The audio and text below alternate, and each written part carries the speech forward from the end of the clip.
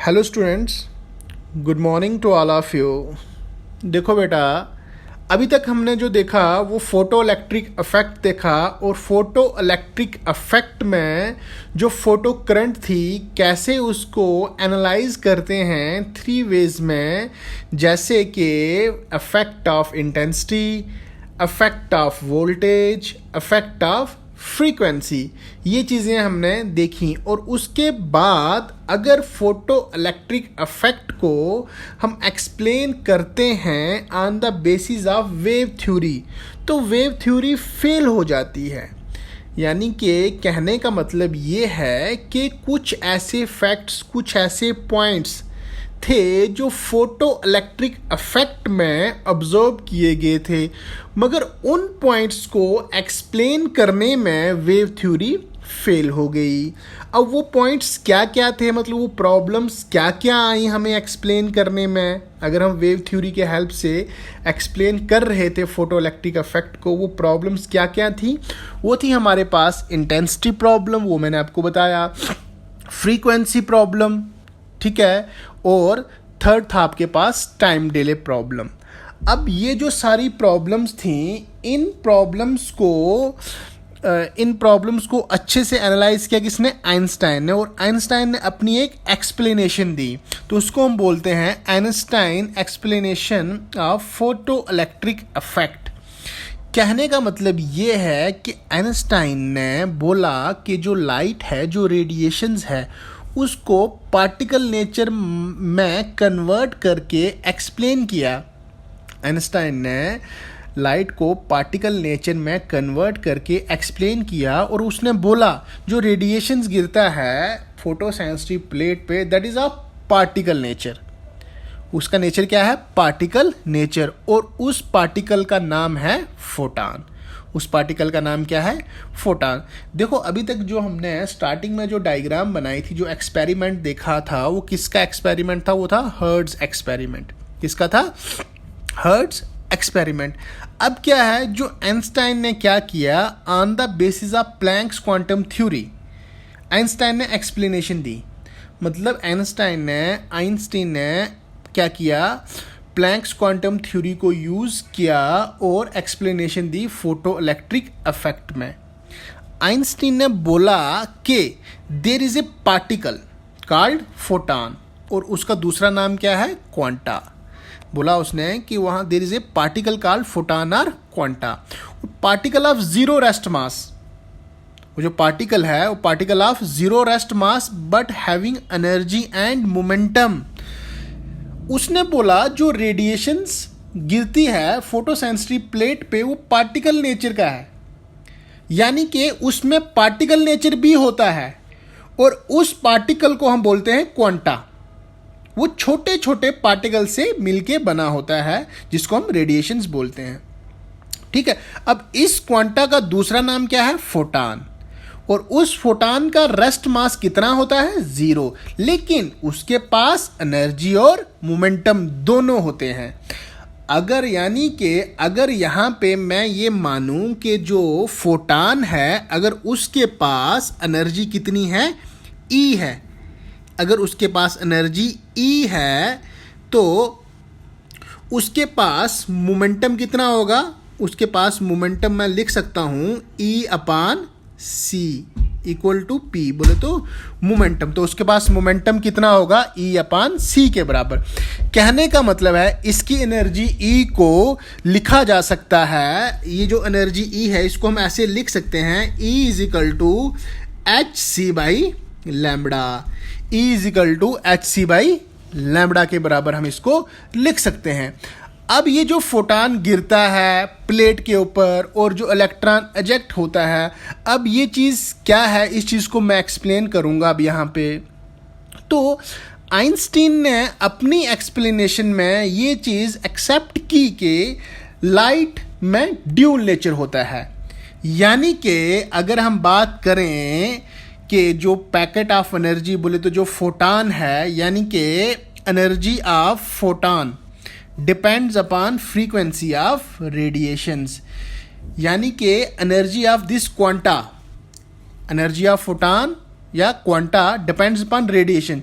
जो रेडिएशन गिर रही हैं उसकी कुछ फ्रीक्वेंसी होती है, जो रेडिएशंस आती हैं फोटो सेंसिटिव प्लेट पे गिरती है उसकी कुछ फ्रीक्वेंसी होती है, और हमें ये पता है यानी कि उसकी कुछ वेवलेंथ है, मतलब कुछ फ्रीक्वेंसी है, फ्रीक्वेंसी होगी तो वेवलेंथ होगी, और फ्रीक्वेंसी तो वेव की होती है, यानी कि वेव नेचर एक्सेप्ट कर रहा है वो। दूसरी चीज़, ये जो रेडिएशंस है इसमें फोटॉन्स होते हैं, और फोटॉन्स क्या होते हैं? एनर्जी का पैकेट। बोले तो फोटॉन क्या है? Packet of energy. And this energy depends upon, किसके ऊपर डिपेंड करती है? फ्रीक्वेंसी। जैसे हम यहाँ लिख सकते हैं कि E equal to H nu, कि ये जो एनर्जी है फोटॉन की ये डिपेंड करती है किसके ऊपर? फ्रीक्वेंसी के ऊपर। न्यू क्या है यहाँ पे? Frequency of radiations. न्यू क्या है यहाँ पे? Frequency of radiations. ठीक है, अब इस एनर्जी को आप इस तरह से भी लिख सकते हो, E equal to h c by lambda. ये मैंने कैसे लिखा? क्योंकि देखो हमें पता है, हम 11th में भी पढ़ते हैं कि स्पीड का फॉर्मूला क्या होता है? स्पीड इक्वल टू, अगर स्पीड की जगह हम यहाँ लिखें v, तो speed equal to frequency into wavelength. ये रिलेशन हमें पता है, और हमें ये भी पता है कि जो speed of photon, speed of photon is equal to किसके बराबर होगी? Speed of light. Speed of light. तो कहने का मतलब है जो रेडिएशंस आ रही हैं, जो गिर रही हैं, वो उन रेडिएशंस की कुछ फ्रीक्वेंसी होती है। क्या होती है? कुछ फ्रीक्वेंसी होती है, और वो जो रेडिएशंस हैं वो एक्चुअल में क्या है? पैकेट ऑफ एनर्जी, जिसको हम बोलते हैं फोटॉन। और वो फोटॉन की एनर्जी डिपेंड करती है किसके ऊपर? इस फ्रीक्वेंसी के ऊपर। और इस रिलेशन को हम इस तरह से भी लिख सकते हैं, E equal to h c by lambda के बराबर। ठीक है, तो ये फोटॉन की एनर्जी होती है, E equal to h c by lambda. ठीक है, अगर यहाँ पे मैं बात करूँ मास की, किसकी बात करूं? इसको मिटाने के बाद अगर मैं बात करूं मास की, फोटॉन के मास की अगर बात करूं, देखो हमें पता होता है, हमारे पास एक रिलेशन होता है, जैसे आइंस्टीन ने रिलेशन दिया है, वो क्या दिया? E equal to m c square. क्या रिलेशन दिया हमें? E equal to m c square. और हमें पता है, ये किसकी बात कर रहा हूँ मैं? फोटॉन की मास की। अगर मैं मास की बात करूं यहाँ पे, mass of photon, mass of photon किसके बराबर होगा वो हम निकालेंगे अभी।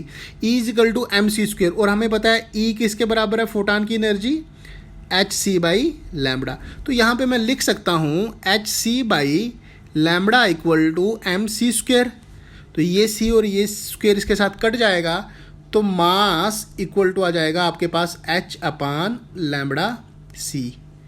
This is equivalent mass of photon. Equivalent mass of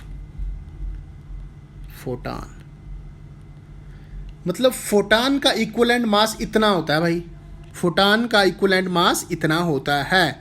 बोले तो मास ऑफ फोटॉन को हम इतना मान सकते हैं, मतलब मास ऑफ फोटॉन इतना माना जा सकता है, क्योंकि जितनी एनर्जी फोटॉन के पास होती है इतनी एनर्जी इतने मास के बराबर होती है। ठीक है, ये लाइन दोबारा सुन लो चाहे, कि क्योंकि जितनी एनर्जी फोटॉन के पास होती है इतनी एनर्जी इतने मास के बराबर होती है। ठीक है, अब this is mass equivalence of photon. आप यहाँ पे लिख भी सकते हो, this is mass equivalence of photon. अगर यहाँ पे हम लिखें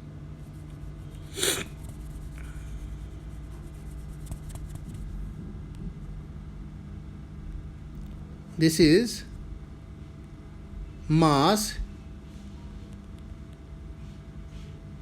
इक्विवेलेंस ऑफ फोटॉन। फोटॉन का मास इतना माना जा सकता है। ठीक है, अब देखो, अब उसके बाद जो आइंस्टीन ने क्या बोला कि जो एनर्जी है किसकी, फोटॉन की, उसको थोड़ा सा और अच्छे से एनालाइज करेंगे। उसने बोला अगर यहाँ पे एक ये फोटो सेंसिटिव प्लेट है, ये क्या है, एक फोटो सेंसिटिव प्लेट है, और यहाँ से क्या आ रही हैं, ये रेडिएशंस आ रही हैं, इसके ऊपर गिर रही हैं, रेडिएशंस गिरेंगी और यहाँ से इलेक्ट्रॉन इजेक्ट हो रहे हैं। ये क्या हो रहा है, ये रेडिएशंस आ रही हैं यहाँ पे, रेडिएशंस की एनर्जी किसके बराबर होगी, एच न्यू के बराबर, और यहाँ से इलेक्ट्रॉन निकल रहा है बाहर। अब देखो ध्यान से, ये जो रेडिएशंस आ रही है इसके पास एनर्जी कितनी है, एच न्यू। इस एच न्यू एनर्जी का कुछ पार्ट वर्क फंक्शन में चला जाएगा। कहने का मतलब है ये जो एच न्यू है यहाँ पे, इसको दूसरे कलर से यूज लिखते हैं हम यहाँ पे, इस इक्वेशन को नहीं देखना, पहले जो बता रहा हूँ उसको समझने की कोशिश करना। उसने बोला ये जो एच न्यू की रेडिएशंस आ रही हैं इसमें से कुछ पार्ट कहाँ चला जाता है, वर्क फंक्शन में, कुछ पार्ट वर्क फंक्शन में चला जाता है, यानी कि इस इलेक्ट्रॉन को फ्री करवाने में चला जाता है। ये जो इलेक्ट्रॉन है इसको फ्री करवाने में चला जाता है, और बाकी का जो पार्ट है वो क्या देगा आपको, काइनेटिक एनर्जी। बाकी का पार्ट क्या देता है, काइनेटिक एनर्जी। यहाँ पे लिखा हुआ है E = work function plus kinetic energy. ये चीज़ एज ए हिंट मैंने आपको ऑलरेडी बता चुका हूँ जब मैंने तीनों इफेक्ट्स आपको एक्सप्लेन किए थे, ठीक है, फोटो इलेक्ट्रिक इफेक्ट में। तो ये आइंस्टीन ने एक्सप्लेनेशन दी। उसने बोला कि जो रेडिएशंस आ रही हैं उसके पास एनर्जी है एच न्यू, और एच न्यू में से कुछ पार्ट चला जाता है वर्क फंक्शन। वर्क फंक्शन बोले तो इलेक्ट्रॉन को फ्री करवाने में, और बाकी का जो बचा पार्ट है वो इलेक्ट्रॉन को दे देता है काइनेटिक एनर्जी। ठीक है, ये चीज़ है। अब ये जो वर्क फंक्शन है यहाँ पे, ये जो आपके पास ये जो टर्म है वर्क फंक्शन, ये वर्क फंक्शन एक्चुअल में है क्या, ये भी तो एनर्जी है।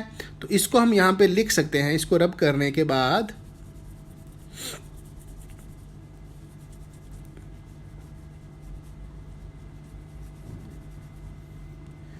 यहाँ पे हमें पता है कि h nu equal to work function plus kinetic energy. Clear है। अब ये जो वर्क फंक्शन है ये है तो एक एनर्जी, तो इसको आप एच न्यू नॉट से रिप्रेजेंट कर सकते हो। बोले तो h nu equal to H nu naught plus kinetic energy. और आपको पता है न्यू नॉट क्या है, यहाँ पे न्यू नॉट है threshold frequency. This is threshold frequency, this is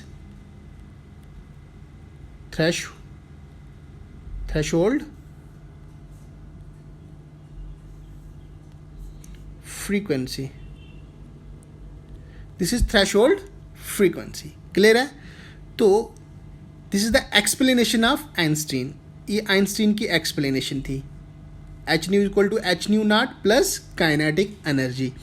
अब अगर मैं बात करूं, ये जो इक्वेशन थी आपके पास कौन सी, यहाँ पे एच न्यू इक्वल टू आपने लिखा h nu naught plus kinetic energy, और इसको आप लिख सकते हो kinetic energy equal to H nu minus H nu minus H nu naught. ये चीज़ लिख सकते हो आप। काइनेटिक एनर्जी को इस साइड ले आए, एच न्यू को उधर ले गए आप।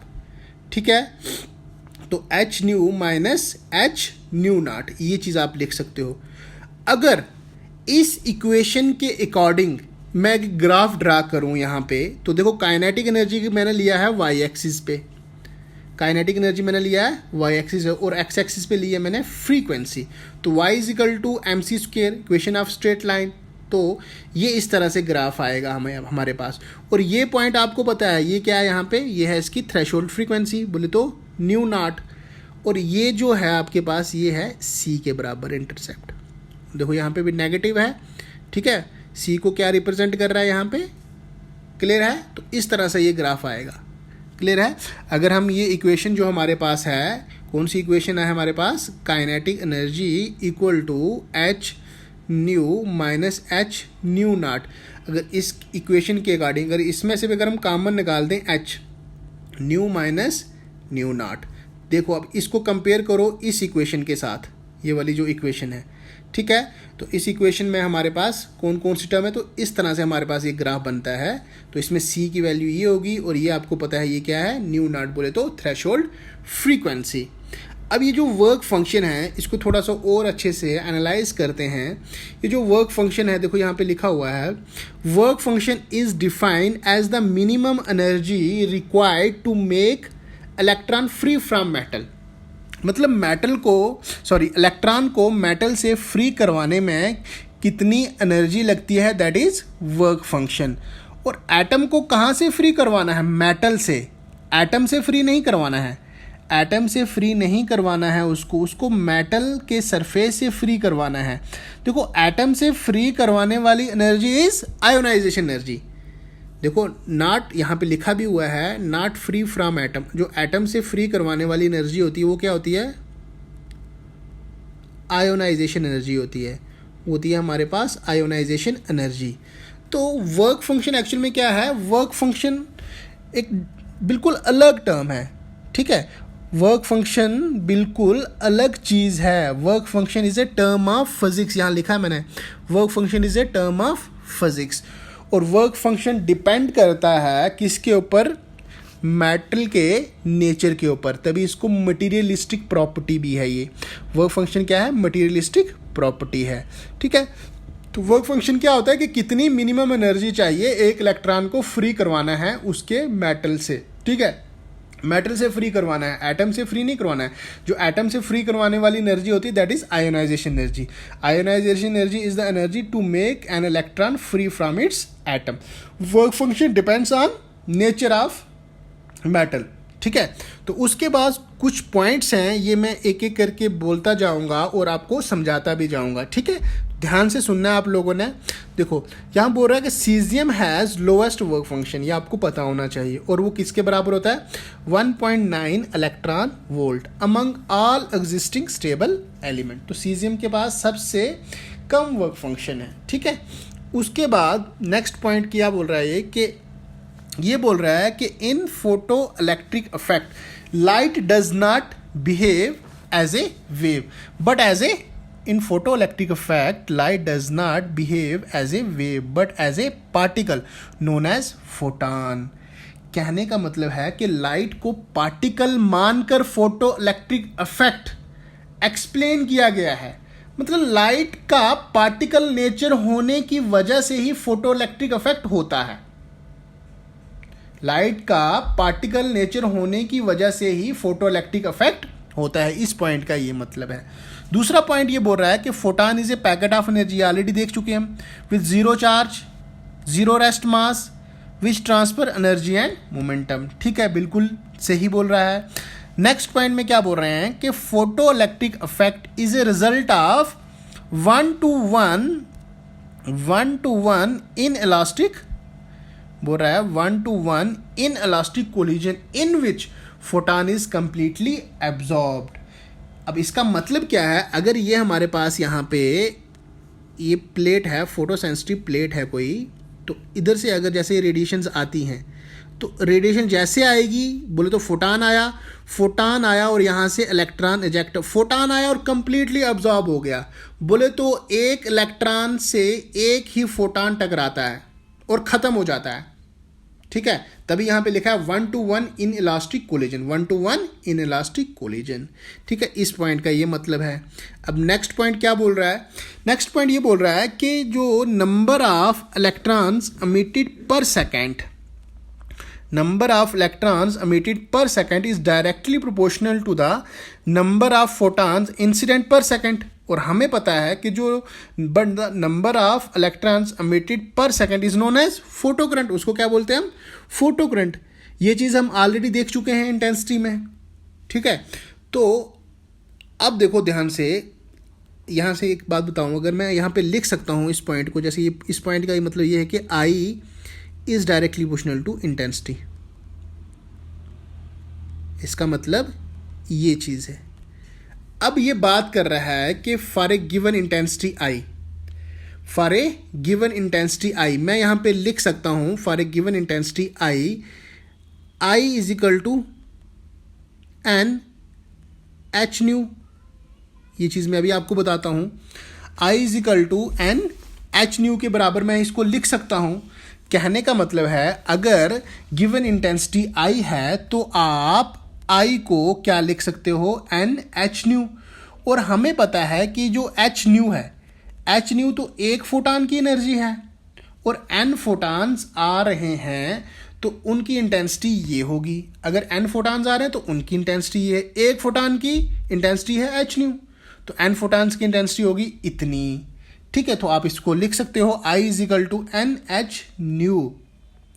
कहने का मतलब है कि अगर कोई इंटेंसिटी I है तो आप उस इंटेंसिटी को I को लिख सकते हो एन एच न्यू के बराबर। और एन क्या है, एन क्या है कि नंबर ऑफ फोटान जो आ रहे हैं और उस प्लेट पे गिर रहे हैं। ठीक है, अब अगर आप फ्रीक्वेंसी को बढ़ा दो, अगर आप ये जो फ्रीक्वेंसी है, अगर आप इस फ्रीक्वेंसी को बढ़ा दो, यानी कि आपने क्या किया, आपने एक एक फोटान को और स्ट्रांग कर दिया, तो नंबर ऑफ फोटान्स कम हो जाएंगे। कहने का मतलब ये है, ध्यान से सुनना, अगर आप फ्रीक्वेंसी को बढ़ाओगे तो n बोले तो ये जो n होगा इसको आपको कम करना पड़ेगा। क्यों कम करना पड़ेगा? क्योंकि आपको इंटेंसिटी कांस्टेंट रखनी है। अगर आपने फ्रीक्वेंसी को बढ़ाया तो n को कम करना पड़ेगा क्योंकि I को कांस्टेंट रखना है। अगर आपने फ्रीक्वेंसी को बढ़ाया यानी कि आपने एक एक फोटान को स्ट्रांग कर दिया तो नंबर ऑफ फोटान्स कम हो जाएंगे। तो यहाँ पे मैं लिख सकता हूँ कि जो फोटो करंट है, photo current is inversely proportional to frequency. अगर नंबर कम हो जाएगा तो नंबर ऑफ हिट्स भी तो कम हो जाएंगे, नंबर ऑफ हिट्स कम हो जाएंगे तो फोटो करंट कम हो जाएगी। और इसको आप लिख सकते हो photo current is inverse directly proportional to wavelength, जो रेडिएशंस आ रही है उनकी वेवलेंथ के बराबर। अभी तक हमने ये देखा यहाँ पे। अब इसके बाद कुछ एक दो टर्म्स हैं वो मुझे आपको बतानी है, उसके बाद हम प्रॉब्लम पोर्शन पे आएंगे। पूरा 1 आवर का आपका लेक्चर रहेगा सिर्फ जो अभी तक हमने जो पढ़ा है, जो फोटो इलेक्ट्रिक इफेक्ट पे जो प्रीवियस ईयर्स में आए हुए एग्जाम्पल्स और जो एग्जाम्पल जो आपका कंसेप्ट और स्ट्रांग करेंगे वो एग्जाम्पल हम देखेंगे।